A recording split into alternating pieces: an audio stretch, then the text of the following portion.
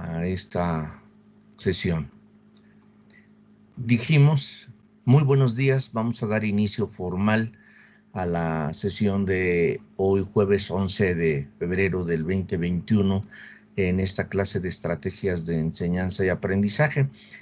Habíamos comentado nada más que ya Brenda Itzel nos dio un breve resumen de lo que vimos la clase anterior y todos deben de tener su resumen propiamente dicho para que no olviden los temas, no olviden las actividades que se dieron. Hoy vamos a seguir con la segunda parte que tiene que ver con esto de la trayectoria, con esto de la idea de cerrar bien, muy bien esta teoría que, por lo que notamos, sustenta precisamente la parte del curso. El curso pues está basado precisamente en la correspondiente forma, en la manera de ver qué tipo de estrategias, qué tipo de formas, qué tipo de enseñanza es la que se puede manejar en un curso, en una estrategia de aprendizaje propiamente dicha, y por eso pues vamos a ver ya la parte final. Espero que ya con esto quede más reafirmado el conocimiento sobre la teoría cognoscitivista que nos marca la parte del programa formal y oficial. Vamos a cargar esta exposición y trataremos de ir precisando con todo detalle todo el conocimiento que tiene que ver con la estructura. En la sesión anterior, obviamente, como ya nos los ratificó Brenda, vimos algunos antecedentes históricos, vimos el desarrollo de cómo se fue creando, vimos cuántos teóricos en realidad han aportado la información para que se geste, para que se cree una nueva forma de aprendizaje, una forma de teorizar el aprendizaje y la enseñanza. Aquí en esta segunda parte lo que yo pretendo ya es cerrar con las estructuras que tienen que ver más con el aprendizaje, con las estructuras que tienen ya más formal, más cerrado el asunto de para qué y cómo se hace la enseñanza y qué resultados nos da en una parte correspondiente al aprendizaje. Nada más vamos a esperar a que se cargue porque luego estos archivos que están muy pesados, que traen videos, se tardan un poquito. No sé si hasta aquí alguien tenga alguna pregunta, algún cuestionamiento, alguna duda de lo que hemos ido trabajando en estas primeras sesiones de trabajo. No olviden que tienen todos sus documentos en los archivos del team, en los archivos del alumno, tanto los administrativos como los académicos, y también tienen una base de información que refuerza nada más un poco la estructura teórica, pero sí es importante que ustedes vean todos los documentos, le revisen y no se queden nunca sin leer, sin revisar sus documentos. Nada más déjenme checar que esto está muy lento, está cargando muy lento esto.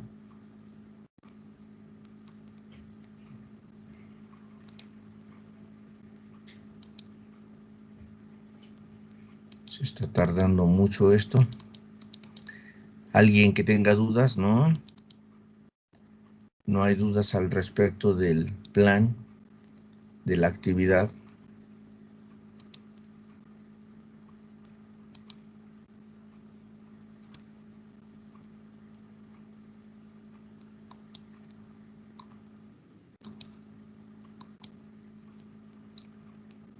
Déjenme volver a cargar porque esto se está tardando mucho. Vámonos otra vez a ver qué tal.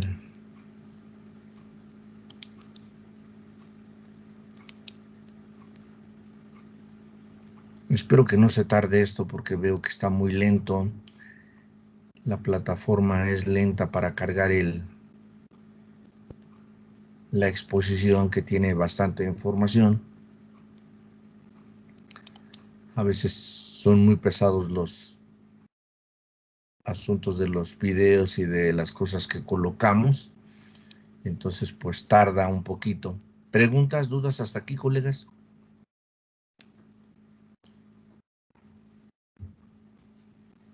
Cero preguntas, cero dudas. ¿Todo bien?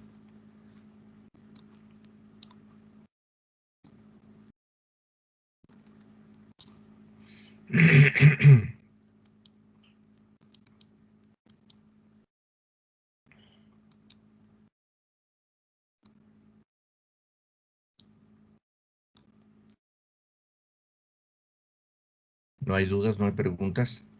Está tardándose un poco esto de la parte del video, parte del documental que tengo. Esperemos que no se tarde mucho. No hay preguntas hasta aquí, colegas. No hay dudas. No, profe, ninguna. No, profe, no tengo ninguna. No, profe. Vamos a esperar a que se cargue esto, a ver si no se tarda, porque veo que está muy lento. Déjenme ver si por otro medio podemos ver esto.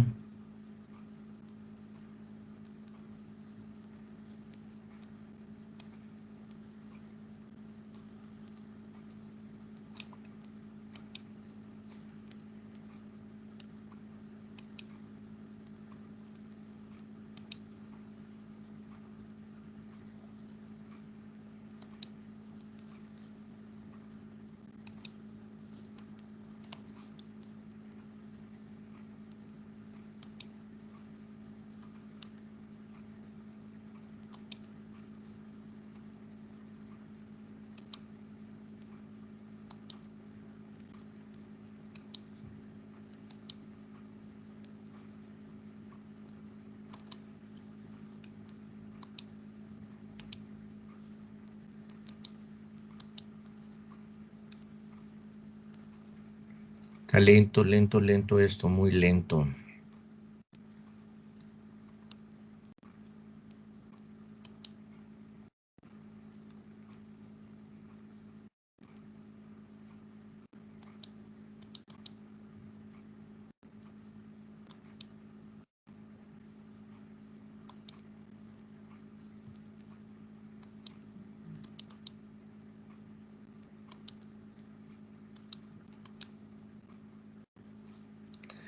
A ver si ya ven, entonces ahora le cambié a la pizarra.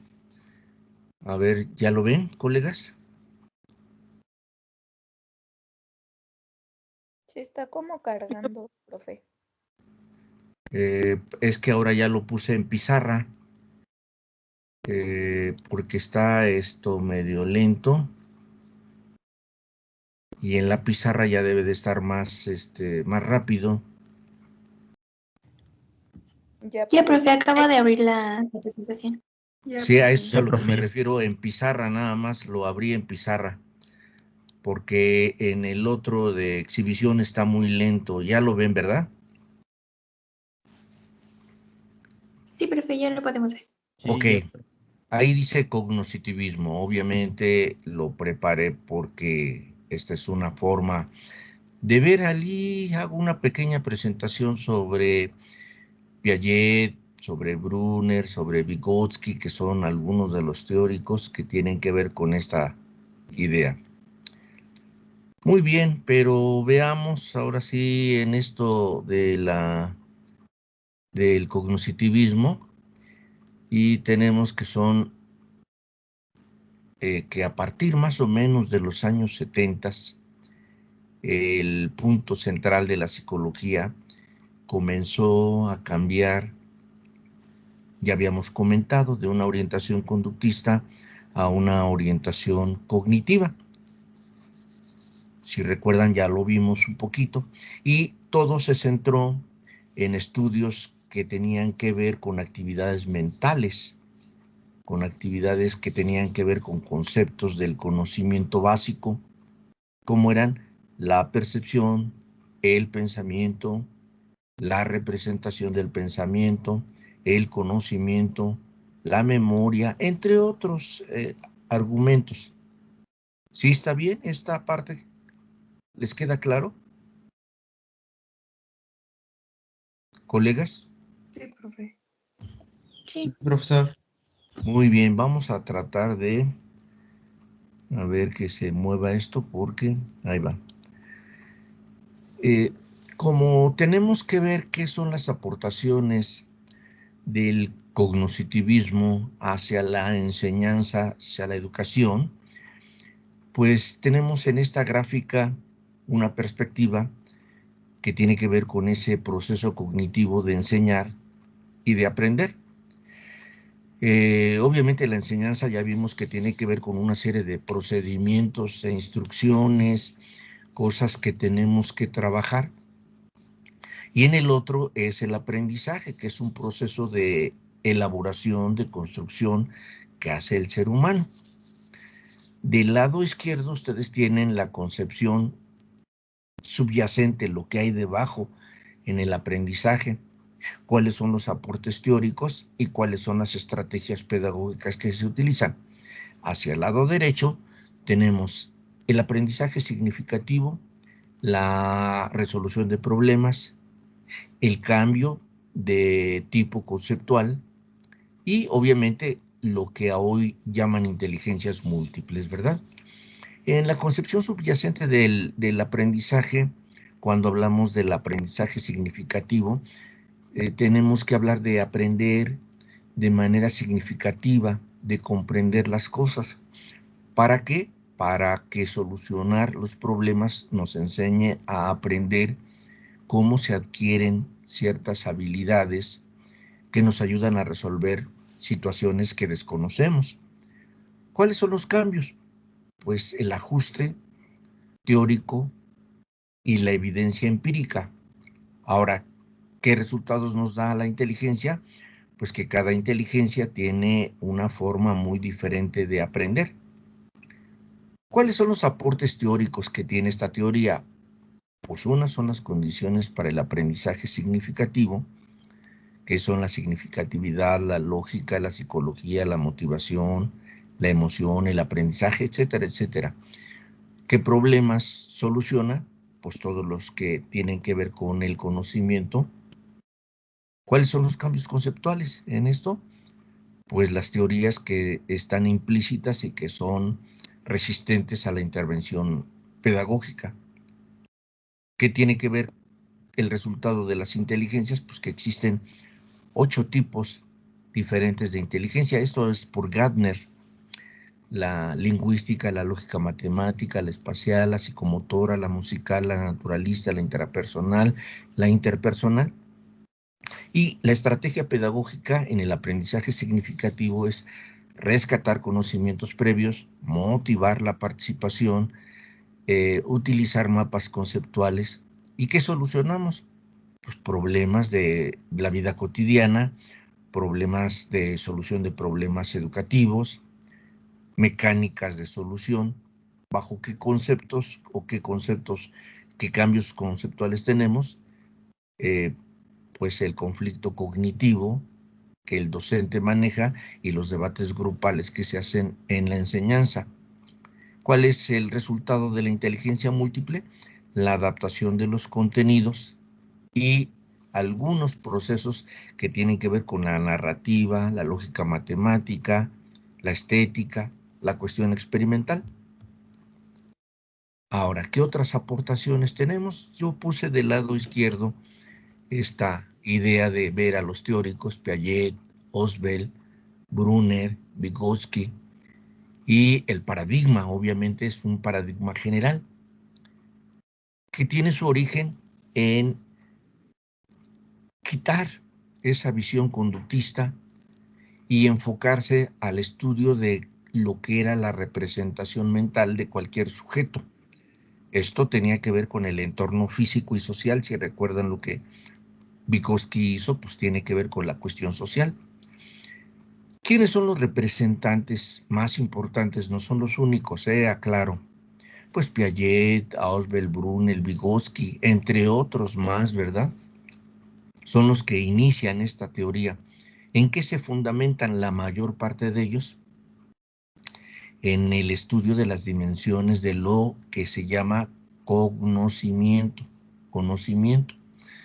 ¿Cuáles son esos elementos si los fraccionamos? Pues la atención, la percepción, la memoria, la inteligencia, el lenguaje, el pensamiento y otros asuntos más que tienen que ver con aprender. ¿Cuáles son las ideas principales de este cognitivismo? Pues que el aprendizaje se produce a través de la experiencia, que este cognitivismo ayuda al conocimiento y a desarrollar capacidades que son muy elementales para la enseñanza y el aprendizaje, porque podemos enseñar a la gente a tener mejor atención, mayor memoria, mayor razonamiento, mayor pensamiento. Esta idea del cognitivismo considera que cada persona, de manera individual, organiza, evalúa, interpreta cualquier información de manera distinta, todo a través de estructuras o esquemas de tipo mental.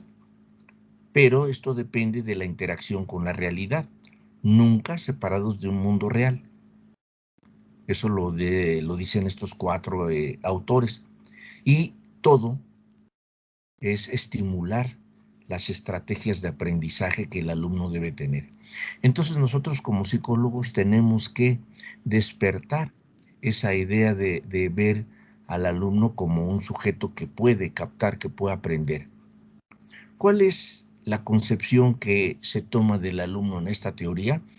Que el alumno no, en este caso es considerado como una persona capaz, activa, que resuelve problemas, que analiza proyectos, que ve situaciones reales a través de su pensamiento, que a través de la información forma estrategias y planea cosas para resolverlas. Así es el alumno que se ve desde este punto de vista teórico.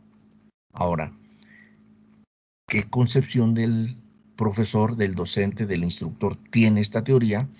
Pues que es el que promueve, el que motiva la reflexión, el que promueve el desarrollo de las aptitudes del alumno y que debe partir de la idea de que los alumnos aprenden a aprender, aprenden a pensar y que para ello hay estrategias didácticas que le ayudan. Pero también el profesor adapta la enseñanza al tipo de conocimiento del alumno. Ahora, por último, ¿cómo relacionan los aprendizajes, los estilos de aprendizaje? Esta teoría llega a un número de alumnos determinados porque no se encierra en uno, tiene que abrirse. La inteligencia es algo muy amplio y esto le brinda al alumno la oportunidad de ir aprendiendo a través de saber hacer cosas, de utilizar la inteligencia, de hacer cosas que se sientan a gusto, que les llamen la atención, que les guste, que se sientan motivados, que se sientan interesados. Por eso en la bienvenida les escribí que tengan interés, que tengan motivación, que tengan agrado por aprender. El cognitivismo surge de esa analogía entre el funcionamiento del cerebro y el de una computadora. Esta teoría propone que el cerebro posee, al igual que la computadora, registros o memorias y tiene la capacidad del ser humano de realizar, igual que una máquina o la máquina igual que el humano, hacer procesos de información. En el cognitivismo, pues podemos ver puntos y temas como los registros sensoriales, la atención, la percepción, la memoria de trabajo, la repetición, las memorias a largo y a corto plazo, la codificación y decodificación, la recuperación y el olvido, entre otros elementos que podemos tocar, no son todos. Ahora, ¿qué hace el cognitivismo con esos elementos? Bueno, pues corresponde a cada uno de los órganos de los sentidos el tener la posibilidad de establecer ese contacto con la realidad. Y así tenemos el oído. Entonces mucha gente pues oye perfectamente bien, distingue perfectamente bien los estímulos y a través del oído puede establecer una serie de procesos del pensamiento y del aprendizaje.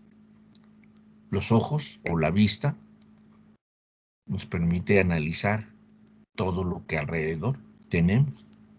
La piel, el tacto. Podemos ser muy sensibles a muchas cosas.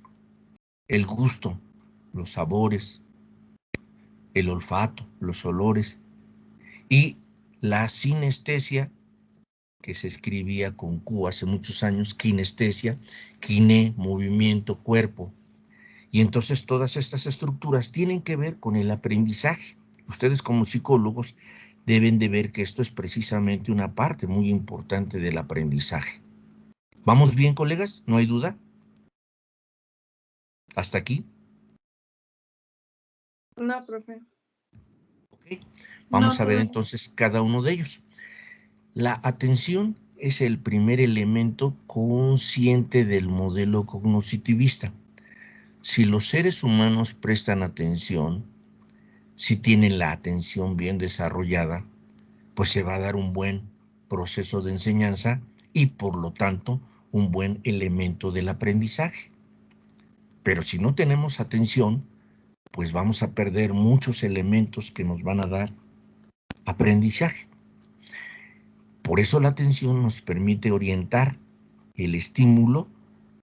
Ya vimos cuántos estímulos había hace ratito, hacia cómo elegimos esos estímulos. De ahí viene la idea de los elementos del aprendizaje, estilos de enseñanza y estilos de aprendizaje, y hay muchas pruebas que aplican y que miden eso. La atención entonces se convierte en una atención selectiva por la vista, por el oído, por el gusto, por el olfato, por el cuerpo, por todas las estructuras, y eso nos permite iniciar el aprendizaje, que es una parte que vamos a entender perfectamente bien. Otro elemento es la percepción, es decir, la percepción es el proceso inmediato que sigue de la atención, es decir, algunos dicen que atención es igual que recibir el estímulo, y el estímulo es parte del inicio del aprendizaje. Después se transforma en la percepción, que es lo que le da sentido a la vida. El cerebro forma sentido, lógica y coherencia y nos permite que aprendamos, que vivamos muy bien. Por eso se llama proceso inmediato a la atención. Es la percepción. Profe. Mande usted. Perdón que lo interrumpa, No, pero es no. que hay algunos compañeros que los está sacando el internet y queríamos ver si los puede aceptar. Es que como me metí ahora sí me metí a la parte de la página de la exposición, pero de tipo fijo, porque no ha querido publicarse. Es por eso que tienen que ser puntuales, colegas. De hecho ya estaban, profe. ¿Eh? Ya estaban los compañeros, nada más que dicen que su internet o no sé si la plataforma los está sacando. No, lo que pasa es que si ellos no tienen el internet necesario, pues ahora sí, esa es la diferencia que tenemos una buena cantidad de seres humanos. Cuando hay justicia o hay injusticia en algunas materias, como en la materia que impartí de forma anterior sobre teoría del aprendizaje, les mostraba yo que uno de los problemas más graves que tenemos en esta enseñanza es la desigualdad. Quien tiene dinero y paga una buena conexión, pues no va a tener problemas, pero quien no tiene va a tener un montón de dificultades. Entonces esto se convierte en un ámbito muy complicado de estar trabajando con las cuestiones de enseñanza. Bien, vamos a tratar de ver otra vez en pizarra porque esto es lo que estábamos viendo, ¿de acuerdo? Ahí ya deben de estar viendo dónde estábamos, ¿correcto? ¿Ya la están viendo, colegas? Está Para cargando, que, profe. sí, para que no se traslapes. Es que le cambié porque espero que ahora nos funcionen otras cosas. Estoy usando pizarra porque la carga de video no jaló muy bien. Esta es la plataforma que a veces no da más al ancho por todo el trabajo que se tiene. No sé si ya están viendo, estábamos en la percepción y decíamos que es el proceso donde se puede interpretar. ¿Ya lo ven, colegas? Perdón, porque estoy hablando y a lo mejor ni lo han visto. Sí, ya se ve, profe. Sí, Ok, profe, ok, ya se ve. ok, muchas gracias, muy amables. Decía yo que es el proceso donde se interpreta la experiencia, es decir, lo que vive el ser humano a través de sus ojos, sus oídos, su boca, su nariz, su cuerpo, todo es lo que le da sentido al ser humano. La percepción es importantísima porque si la gente no percibe como debe de hacerlo, pues el aprendizaje y la enseñanza se ve dificultada. Bien. Pero, ¿qué más es la percepción? Es la que transfiere, la que pasa, la que combina toda la información que proviene de lo que era la sensación. Obviamente pasa de la sensación a la percepción y de la percepción pasa a la memoria. Y de la memoria pues pasa a otros procesos que vamos a ir viendo. Muy bien, vamos a cambiarle. Espérenme, a ver, ahí está ya. Y entonces pasamos a la memoria. La memoria se va a dividir en diferentes tipos de memoria. Hay una memoria que es muy rápida, muy temporal, y se llama memoria inmediata.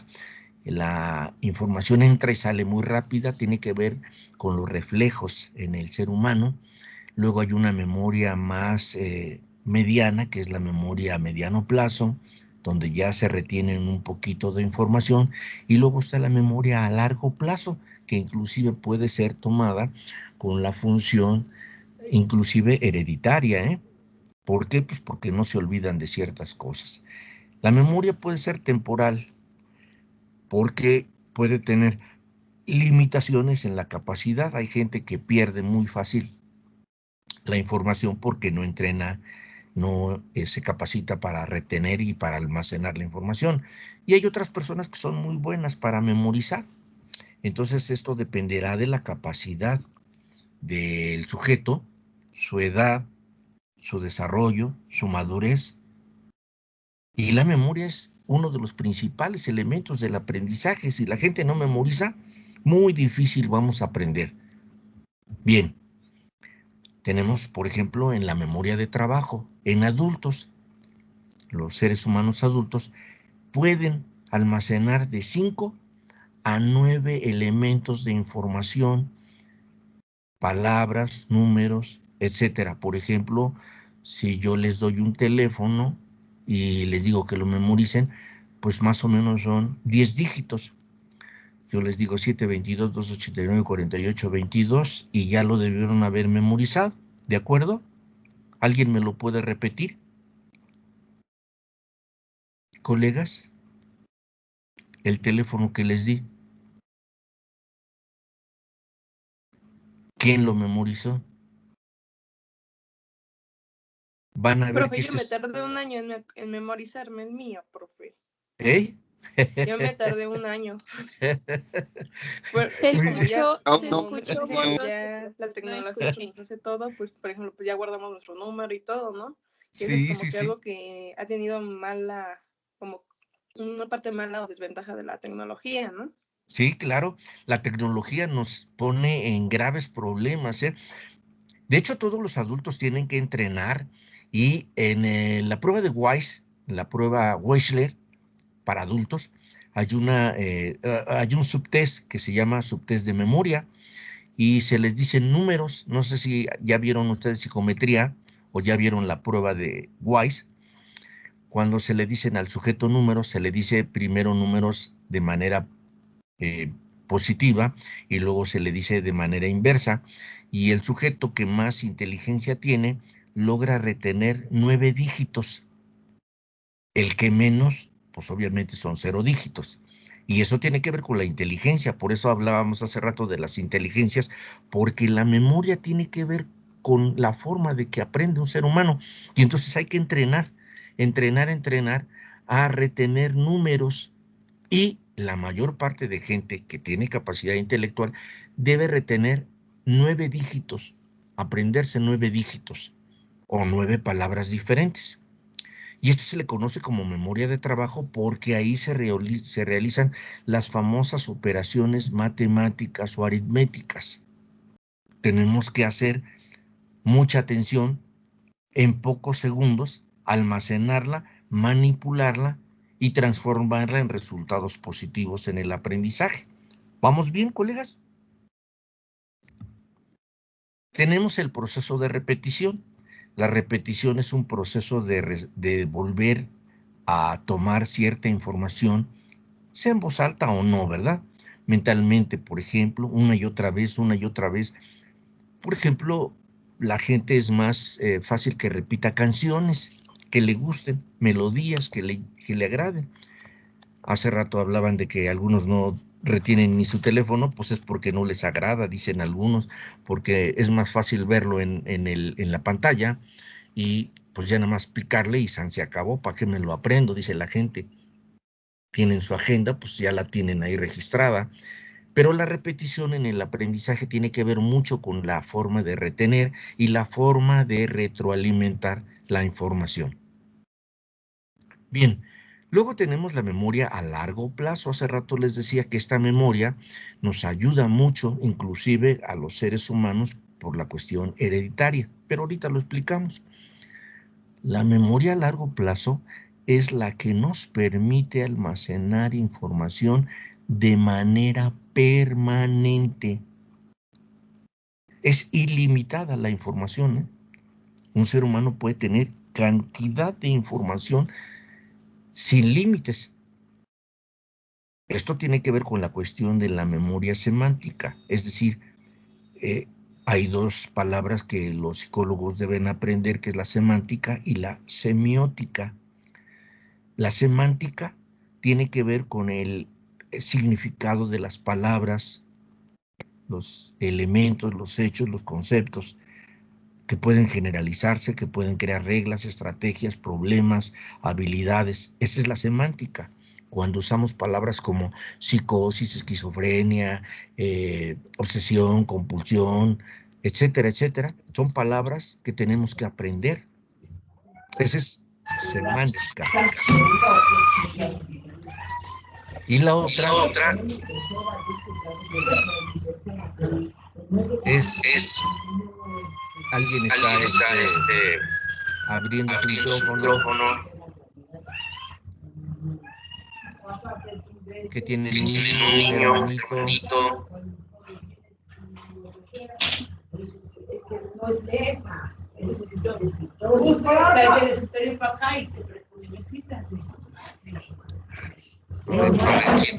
Colegas. Sí alcanza. ¿Alguien tiene prendido su micrófono, colegas? Alguien tiene abierto su micrófono y están creando demasiado ruido. Muy bien. Voy a volver otra vez a la pizarra porque se oía mucho ruidito.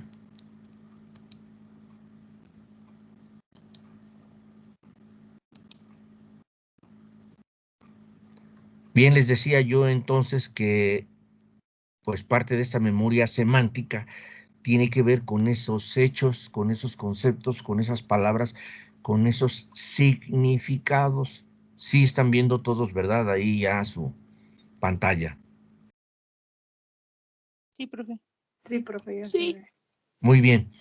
La otra es la semiótica, no la puse aquí porque tiene que ver con las formas en cómo vemos a los seres humanos cuando vemos la cara de alguien que está enojado, que está triste, cuando vemos su cuerpo, cuando vemos su función física propiamente, pues estamos hablando de la semiótica, pero son formas de aprender.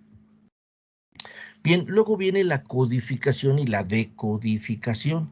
Y la codificación tiene que ver con la transferencia de información que pasa de la memoria a corto, a mediano y a largo plazo. ¿Cómo codifico? ¿Cómo determino qué estoy aprendiendo? ¿Cómo lo desarrollo?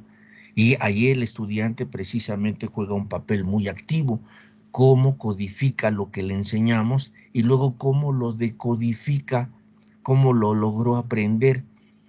En esta teoría el estudiante es donde tiene el papel más importante porque ahí es donde estructura, organiza, modela la forma en que aprende, la forma en que él, como ser humano, usa la información y es capaz de captarla, meterla a su organismo y estructurarla de manera ordenada, de manera disciplinada, para decir, ya aprendí. Esta es la parte de la codificación y obviamente de codificación porque cuando le preguntamos en un examen, pues si tiene la capacidad de ser ordenado, puede decodificar todo lo que aprendió. Ahí aparece algo que se llama recuperación y olvido. El olvido es un fenómeno que ocurre todos los días, a todas horas. A todo mundo se le olvida algo, a todo mundo le pasa algún problema porque no se acordó de algo, ¿verdad? Perdió información. Eso se llama curva del olvido. Es decir, si no se usan las cosas, si no se repiten constantemente, viene algo que se llama curva del olvido. Se olvidan las cosas. Y en el caso de la memoria a corto plazo, la información se olvida si no se repite continuamente. Por ejemplo, los teléfonos, las palabras cortas, los mensajes, los recados, si no se repiten, pues se nos olvida. Puede haber interferencias cuando hay una nueva información. Por ejemplo, si alguien nos da un mensaje, un recado, y en ese momento alguien nos distrae, se nos olvida lo que nos dijeron. Es por interferencia de nueva información a la información que ya teníamos. El olvido pues es como una falla en el proceso donde se recupera la información, porque la información llega al sujeto de manera externa por todos los órganos de los sentidos, el ser humano la ordena, la estructura, la clasifica, la almacena y luego la puede codificar y decodificar. Pero si en ese momento hay algo que distrae al ser humano, a eso es a lo que se le llama interferencia. Bien, la recuperación es el proceso de transferir, de pasar información almacenada de una memoria de corto a una memoria a mediano y a largo plazo. Eso es lo que se llama recuperación. El olvido se da porque hay interferencia, ya lo comenté. Aquí yo les pongo en pantalla el modelo del procesamiento de la información como lo vieron hace rato en el dibujito. Primero llegan los estímulos del mundo exterior, se captan por la memoria, que es la que se llama memoria sensorial, es decir, se siente todo lo que viene de fuera a través de la atención. Cuando ya la atención trabajó y capturó todos los estímulos, los pasa a la percepción.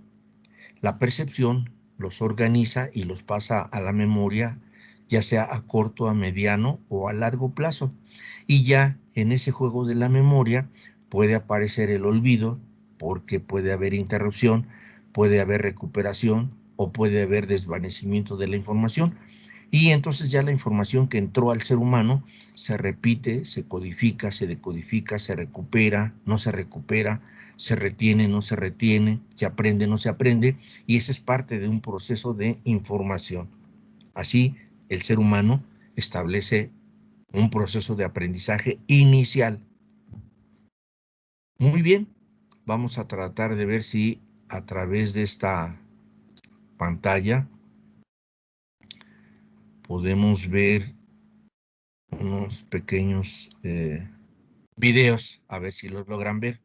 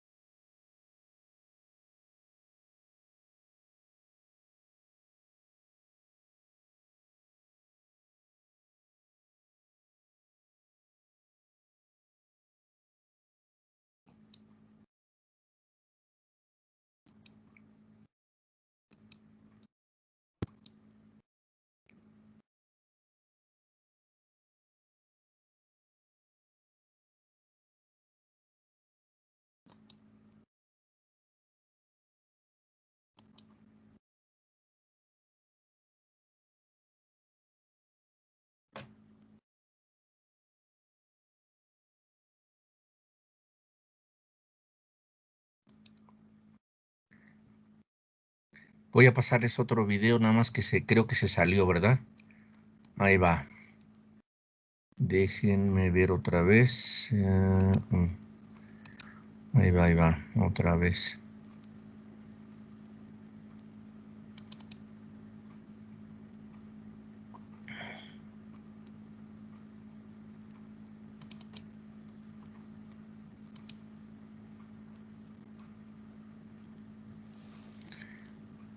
¿Ya lo ven, colegas? Ya, ahí va.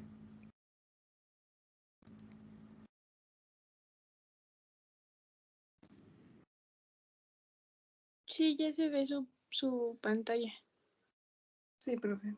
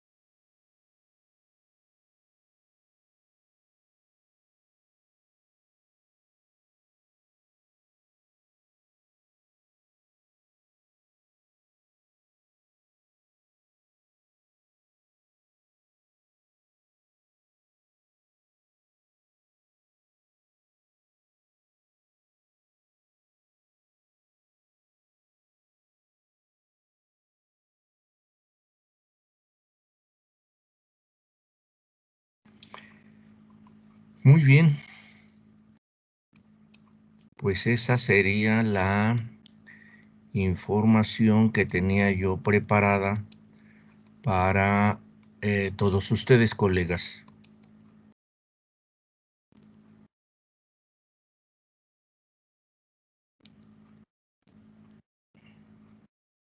Bien, acaban de echar una mirada muy general, muy rapidita en estos dos videitos sobre lo que implicó este paradigma, esta forma de enseñanza-aprendizaje.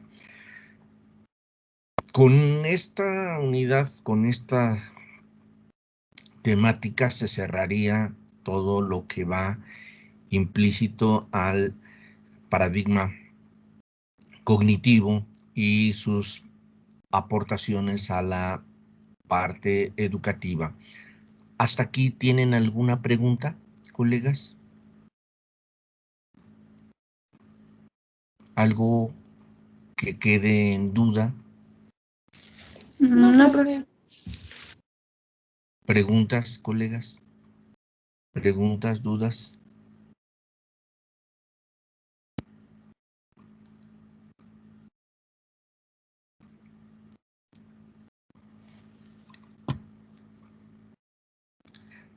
Pueden usar ahora sí, su chat, si no tienen micrófono, para hacer preguntas. Pueden ustedes manejar la información.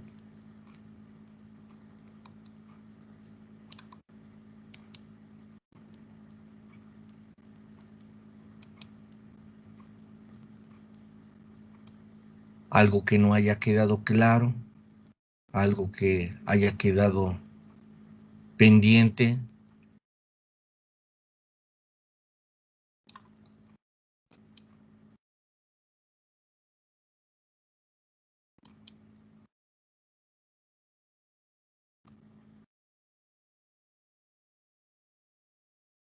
Colegas.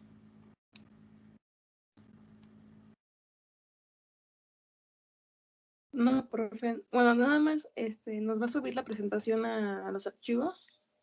Todas las presentaciones quedan registradas cuando termina uno la clase. Si ustedes revisan en su video y automáticamente quedan registrados en sus archivos.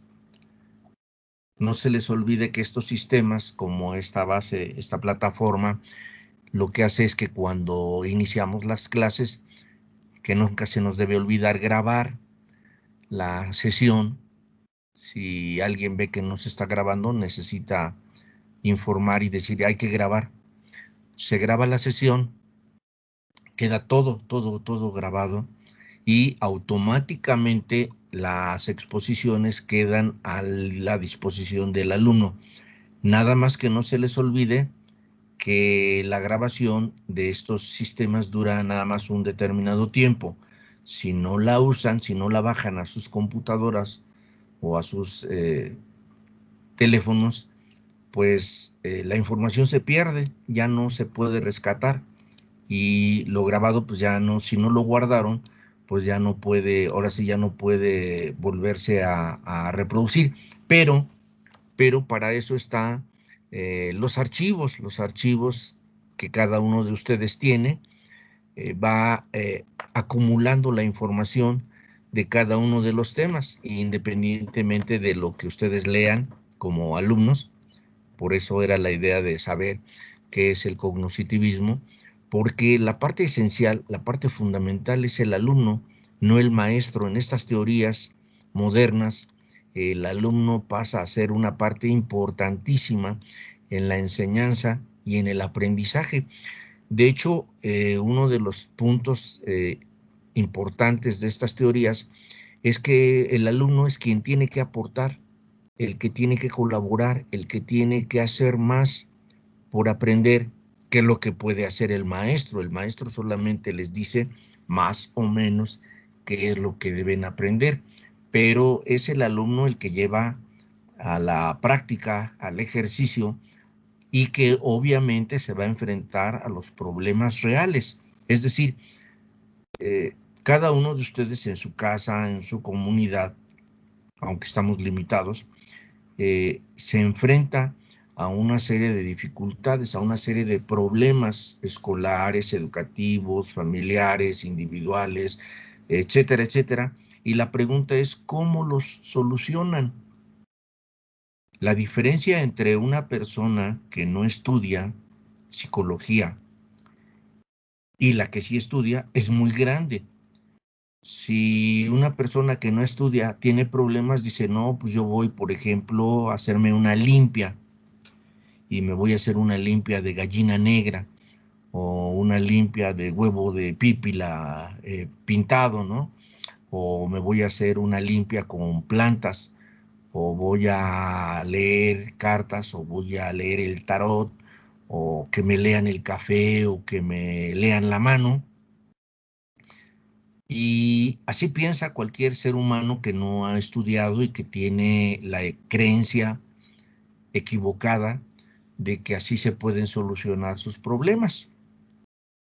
La diferencia es que un psicólogo o un estudiante de psicología tiene que resolver los problemas y los conflictos que se le presentan con estrategias, con métodos, con técnicas, con herramientas, con instrumentos que están basados obviamente en el conocimiento, en la ciencia, y que le permiten resolver los problemas de la vida cotidiana. Si yo tengo un hermanito que es muy chillón, que es muy latoso, que es muy conflictivo, la pregunta es, ¿le pego, lo regaño, lo castigo, lo encierro? Pues eso es, cualquier persona lo puede hacer. y no le va a dar resultados. Pero si yo soy un psicólogo y tengo en mi casa una serie de situaciones, pues tengo que usar la herramienta que me han enseñado.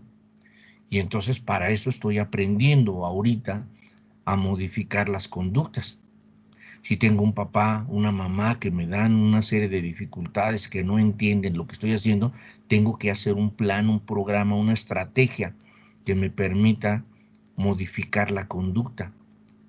Yo mismo, si soy un estudiante que no me levanto temprano, que no me arreglo, que no me cambio, que no tengo motivación, que no tengo interés, que no tengo deseos de nada porque estoy en la pandemia encerrado, la pregunta es ¿por qué no me aplico un programa de modificación de conductas que me permita ser un estudiante pues mucho mejor?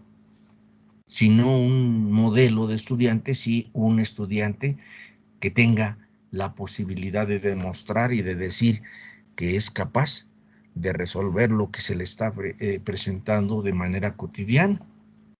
Ahí es a donde se aplica esto de las estrategias y de las teorías de la enseñanza y del aprendizaje. No lo van a aprender en otro lado. Nadie les va a decir cómo hacerlo si ustedes no lo hacen. Lo que hacemos los profesores es como ahorita. Yo expongo una buena cantidad de información y lo único que espero es que la gente la revise, la lea, la estudie, la analice, la critique, la comente, la aplique. Pero si no lo hace, pues va a aparecer lo que estábamos comentando, el olvido. Si no hace las cosas que tiene que aprender, pues va a haber problemas en el recuerdo, va a haber problemas en la reflexión y en el análisis de la información que se les da. Por eso es importante que la actividad del alumno en las clases, en la enseñanza, sea sumamente participativa, sea muy colaborativa, de acuerdo a estas teorías que estamos viendo, de acuerdo a esta teoría de tipo cognitivista, constructivista, dicen algunos, ¿verdad? Son dos formas de ver las teorías.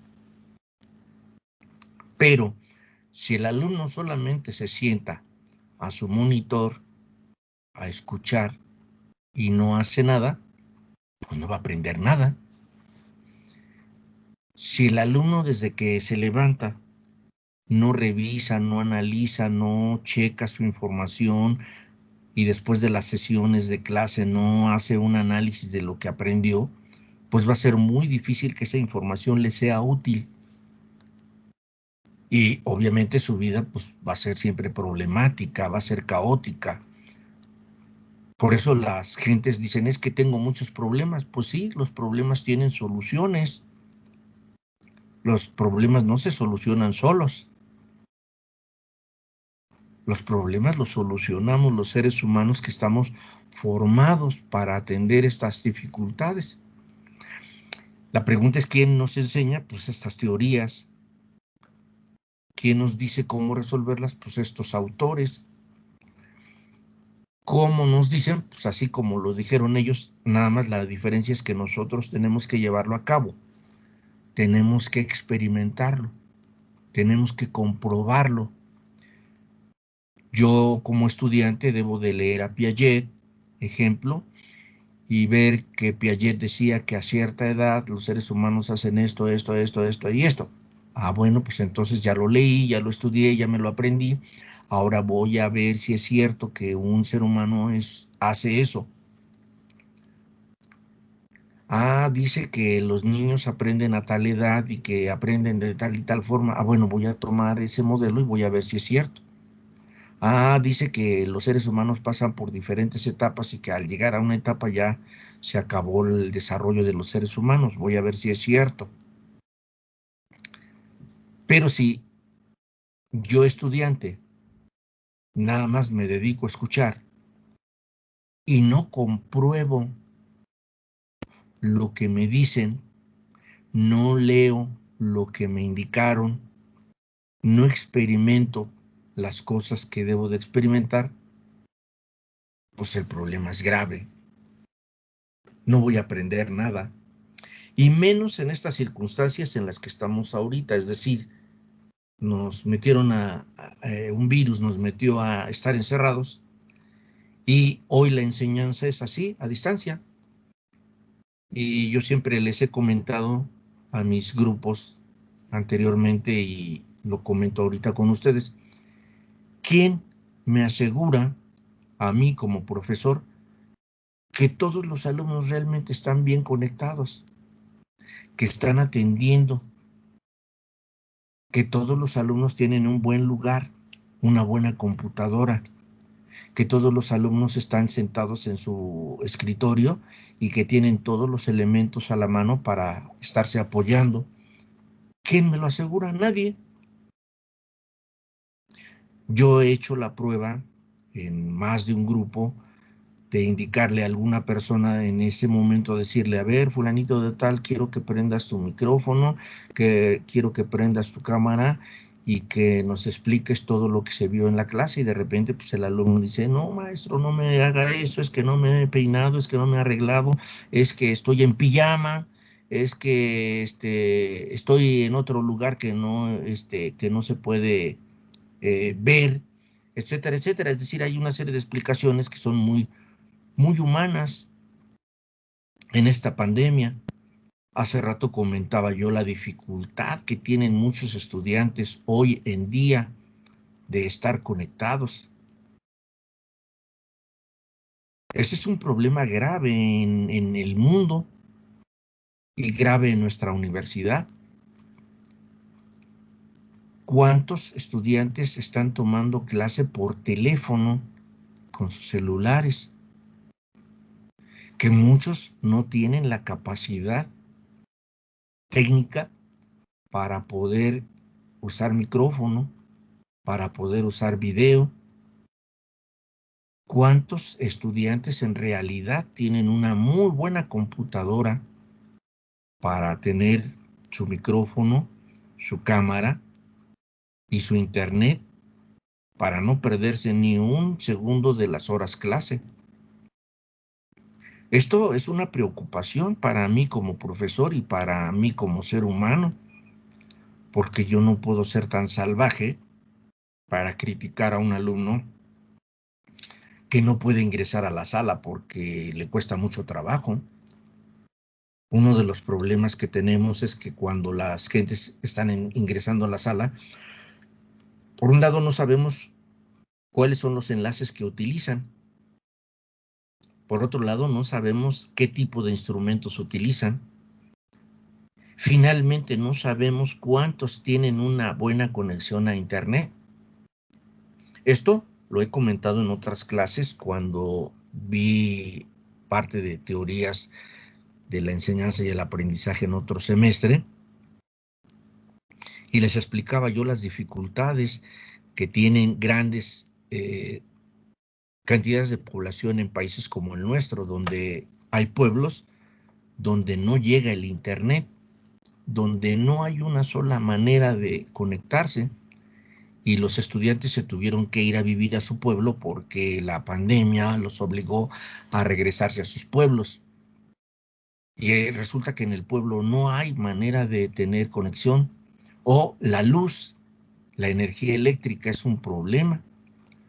Entonces, esto es un problema de desigualdad, pero también es un problema de aprendizaje. ¿Cómo le hacen para aprender si no cuentan con todos los elementos necesarios?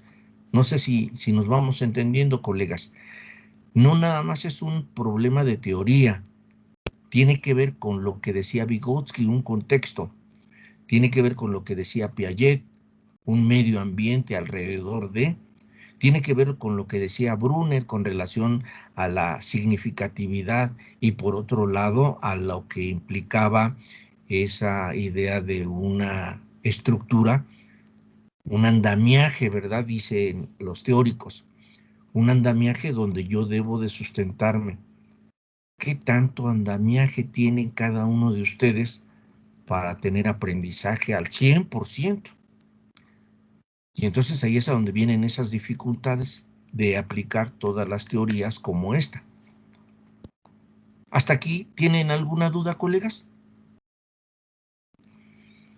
¿Algo que no les quede claro para ir cerrando esta sesión y este tema?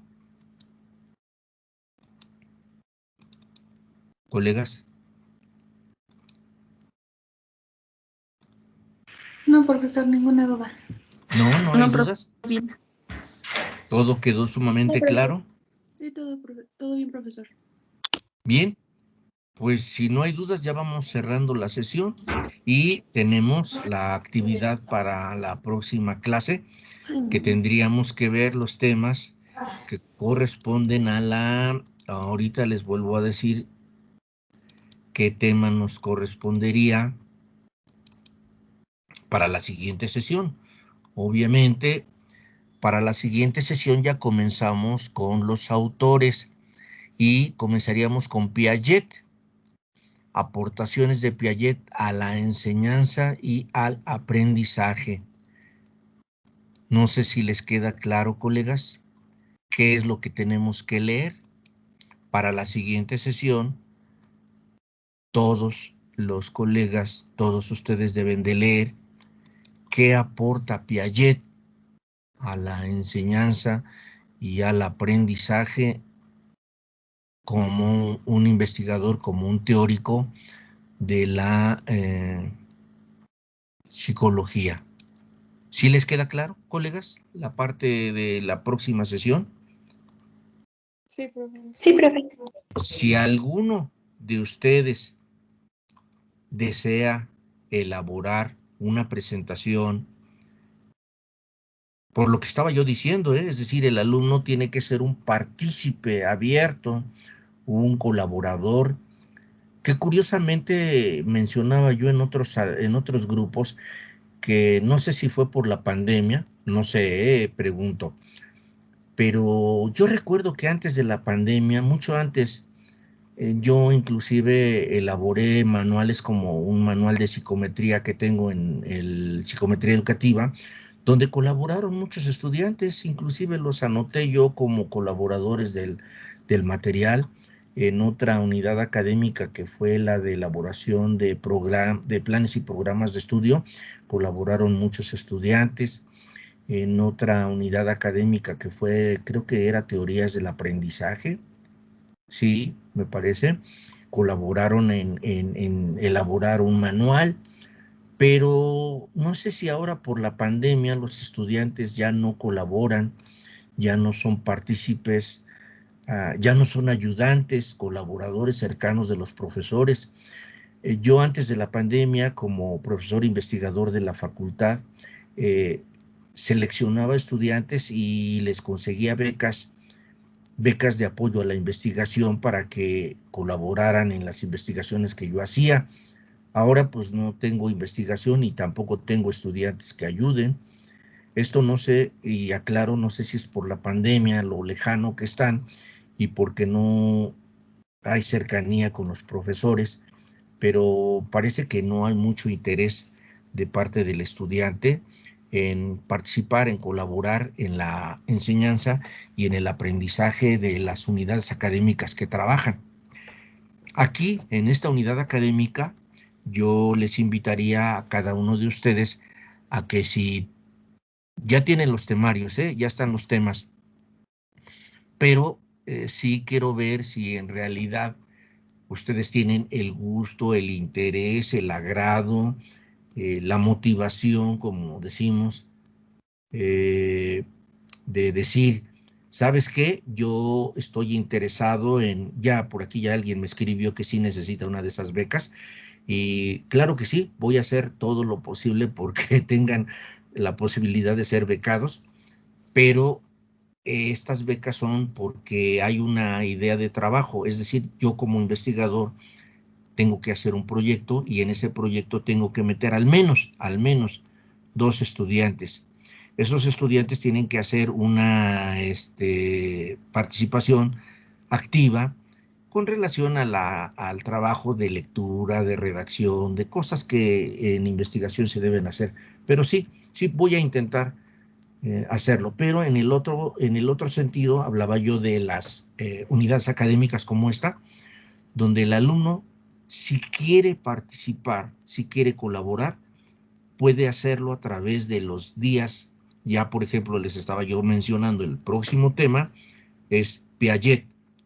Todo lo que Piaget nos dice, todo lo que Piaget aportó, todo lo que Piaget recomienda que se debe de hacer en la ciencia para que aprendamos qué hizo Piaget, qué colaboró Piaget, qué nos propuso Piaget.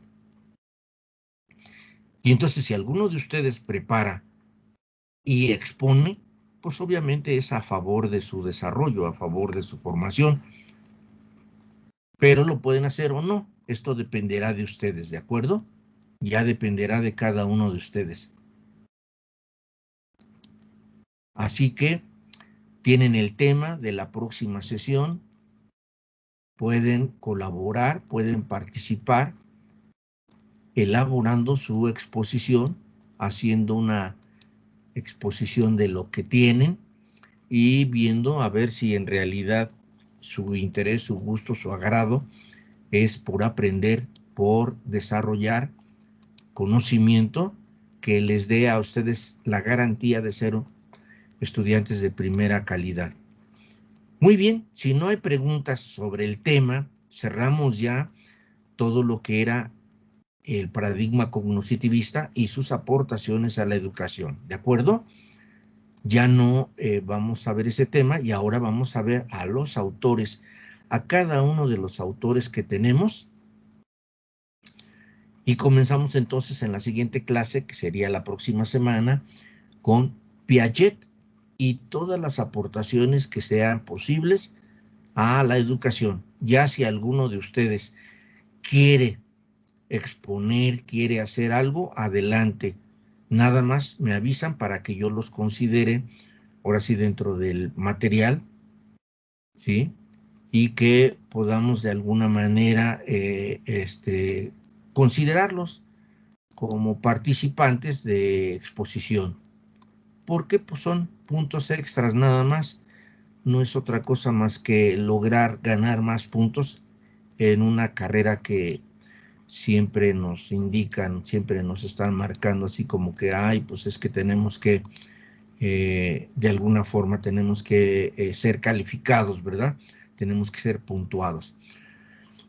Muy bien, si no hay hasta ahorita nadie que esté interesado en exponer, nos vemos la próxima sesión. Cerramos esta sesión y les agradezco el tiempo que tuvieron y espero que la información sea de su agrado y de su colaboración. Nos vemos la próxima con Piaget y las aportaciones de Piaget a la educación. Muchas gracias. Buen día. Vamos descartando la grabación de esta sesión y cerramos esta sesión el día de hoy y con las asistencias de todos los que están en la sala. Muchas gracias. Buen día. Gracias, profe, a usted. Gracias, profe, igualmente.